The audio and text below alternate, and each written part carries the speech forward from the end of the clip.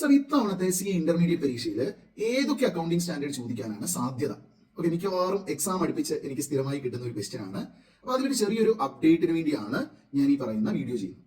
അപ്പോൾ അതിൽ നമ്മളുടെ പ്രീവിയസ്ലി ഉള്ള എക്സാമിനേഷൻ നോക്കിയാൽ പുതിയ സിലബസ് വന്നതിന് ശേഷം 2 എക്സാമിനേഷൻ ആണ് നടന്നത്. ഒന്ന് നമ്മളുടെ മെയ് 2024, അതിൽ AS16 AS2 AS19 AS20 ഒക്കെയാണ്, AS7 ആ അറ്റംപ്റ്റിൽ മെയിൻസ് ആയിട്ട് ചോദിച്ച സ്റ്റാൻഡേർഡ്സ് ഉള്ളത്. പിന്നെ നമ്മുടെ സെപ്റ്റംബർ എക്സാമിനേഷൻ വന്നപ്പോൾ അതിലാണെങ്കിൽ AS15, അതുപോലെ AS26, അതുപോലെ AS22, ദെൻ AS2, അതുപോലെ AS13 അക്കൗണ്ടിംഗ് ഫോർ ഇൻവെസ്റ്റ്മെന്റ്സ്, ഇതൊക്കെയാണ് സ്റ്റാൻഡേർഡ്സ് ചോദിച്ചത്. അപ്പൊ ഇതൊക്കെ നോക്കിക്കഴിഞ്ഞാൽ ഒരു സ്ഥിരമായി ചോദിക്കുന്ന ഒരു 4 സ്റ്റാൻഡേർഡും പുതുതായിട്ട് സിലബസിലേക്ക് വന്ന ഹൈലി കോൺസെപ്ഷ്യൽ ആയിട്ടുള്ള ഒരു സ്റ്റാൻഡേർഡും ഇതുവരെ ഈ 2 എക്സാമിലും വന്നിട്ടില്ല. അപ്പൊ there is A high chance that out of these 5 standards ഒരു 2 സ്റ്റാൻഡേർഡെങ്കിലും വരാനുള്ള സാധ്യതയുണ്ട്.